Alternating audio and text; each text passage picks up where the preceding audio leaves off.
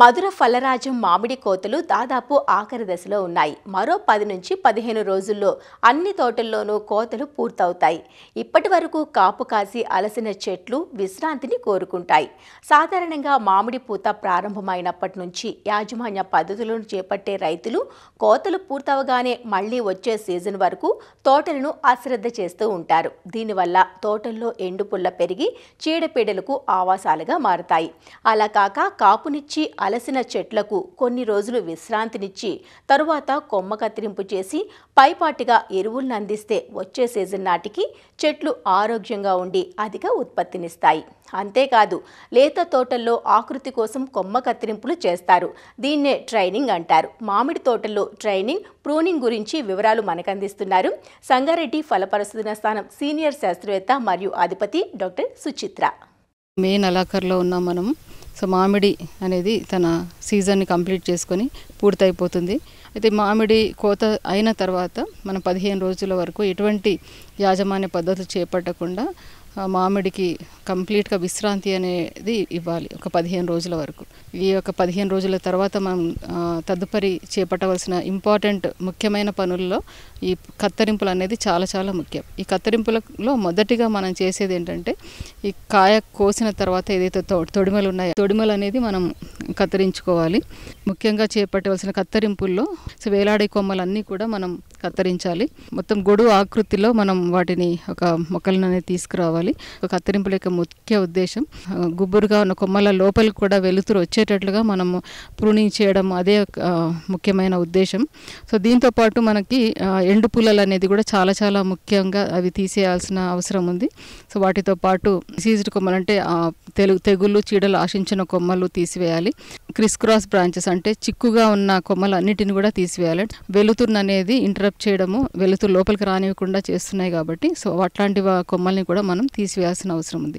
నిటారుగా ఉన్న కొమ్మలు అన్నిటిని కూడా మనం తీసివేయాల్సిన అవసరం ఉంటుంది. ఎందుకంటే ఇవన్నీ కూడా మన ప్రొడక్షన్ దాని నుంచి చాలా తక్కువ కాపు రావడం, లేకపోతే ఒక్కొక్కసారి కాపు అనేది రాకుండా ఉంటుంది. కాబట్టి ఇలాంటి నిటారు కొమ్మలు, వేలాడే కొమ్మలు, చిక్కుగా ఉన్న కొమ్మలు వీటన్నిటిని తీసివేయాలి. వీటితో పాటు ఎండు పుల్లలు, చీడపీడలు ఆశించిన కొమ్మలన్నిటిని కూడా సో తీసివేయాలి. కమ్మ కత్తిరింపుల్లో 3 రకాలుగా మనం చూస్తాం. మొదటి రకం వచ్చేసి స్ట్రక్చరల్ ప్రూనింగ్ అంటాం. అంటే దాంట్లో ఒక ఆకారాన్ని ఇచ్చే ఒక కత్తిరింపులు. మన ఆకారాన్ని ఇచ్చే కత్తిరింపులో మనం మొదటి సంవత్సరం అంటే నాటిన మొదటి సంవత్సరం నుంచి 3 సంవత్సరాల వరకు దీన్ని ఆకృతినివ్వడానికి మనం కత్తిరింపులు అనేది చేస్తాం.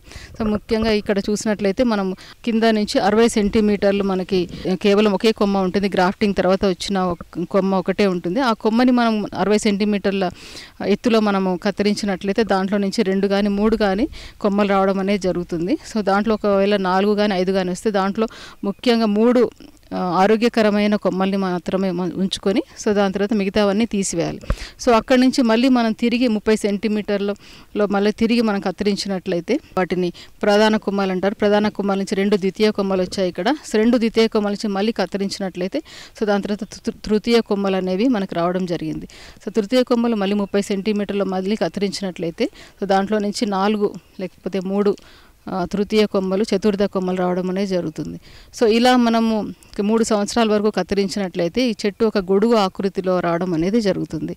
సో ఈ గొడుగు ఆకృతి వచ్చినప్పుడు ఆకుల భాగం కానీ కొమ్మల భాగం లోపలికి వరకు కూడా సో లైట్ అనేది, వెలుతురు అనేది ప్రసరించడమే కాకుండా ఎయిర్ సర్క్యులేషన్ అంటే గాలి ప్రసరణ కూడా చాలా బాగా ఉంటుంది. సో ఈ విధంగా మనం చేయడం దీని ఆకృతి కత్తిరింపులు అంటాము.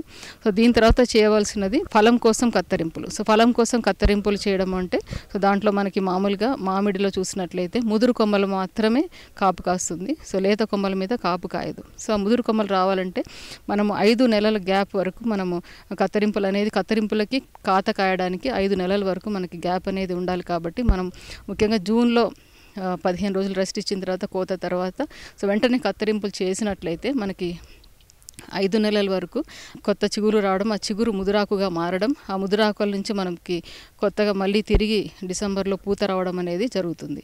సో ఈ యొక్క కోత తర్వాత కత్తిరింపుల్లో మనము ఇందాక చూసిన కత్తిరింపుల్లో అంటే ఏదైతే అనవసరమైన కొమ్మలు కత్తిరించామో సో వాటన్నిటినీ మనం శానిటరీ ప్రూనింగ్ అంటాం. అంటే సో దీంట్లో చీడపీడలు ఆశించినవి, అలాగే వెలుతురు సరిగా రాని చిక్కు కొమ్మలు, వేలాడే కొమ్మలు ఇవన్నీ కూడా నిటారు కొమ్మలు వీటన్నిటిని కూడా తీసివేయడాన్ని శానిటరీ ప్రూనింగ్ అంటాం. దాన్ని ఆరోగ్యపరమైన కత్తిరింపులని మనం అనొచ్చు. ఫలం కోసం కత్తిరింపులు చేయాలంటే మనం ఆకుల్లో ఈ యొక్క తొడిమలు అనేది మనం కాయ కోసిన తర్వాత ఈ తొడిమలు అనేది తీసేసిన తర్వాత సో అక్కడి నుంచి మనకి ఒక 20 సెంటీమీటర్స్ సో టిప్ ప్రూనింగ్ అంటాం. ఆ టిప్ ప్రూనింగ్ చేసినట్లయితే సో తిరిగి నెక్స్ట్ ఇయర్ మనకి తొందరగా చిగులు రావడం, ఆ చిగులు ముదరడము, సో ఇలాంటివన్నీ జరిగి తొందరగా కాపు అనేది రావడం, సో నిటారుగా ఎవ్రీ ఇయర్ అంటే మనకి నిలకడగా కాపు కాయడం అనేది చాలా వరకు సో మెరుగుపరచుకోవచ్చు. ఇందులో ఇంకొక ముఖ్యమైన విషయం ఏంటంటే సో ఎక్కడైతే గుబురుగా కొమ్మలు ఉంటాయో సో దాని టాప్ ఓపెనింగ్ అనేది చాలా చేయాలి. సో టాప్ ఓపెనింగ్ అంటే మనము సెంటర్ భాగం ఏదైతే హైట్గా ఉందో సో దాన్ని గొడుగు కొమ్మ అంటారు. ఆ కొమ్మని మనం తీసేసినట్లయితే సో ఆ కొమ్మ నుంచి లోపల వరకు సో గాలి ప్రసరణ, అంతేకాకుండా వెలుతురు కూడా లోపల వరకు ప్రసరించి సో కాత పూత అనేది రెగ్యులర్గా కాయడం అనేది కూడా జరుగుతుంది. ఈ ప్రూనింగ్ విషయంలో ముఖ్యంగా పాటించవలసిన ముఖ్యమైన అంశాలు ఏంటంటే ఒక చెట్టుకి మనం ప్రూనింగ్ చేసిన యొక్క ఏదైతే పనిముట్టు ఉందో దాని సికేచెస్ కానివ్వండి, రంపాలు కానివ్వండి, సో వాటిని క్రమం తప్పకుండా ఒక చెట్టు నుంచి ఇంకో చెట్టుకి వాడేటప్పుడు దాన్ని శుద్ధి చేయాలి.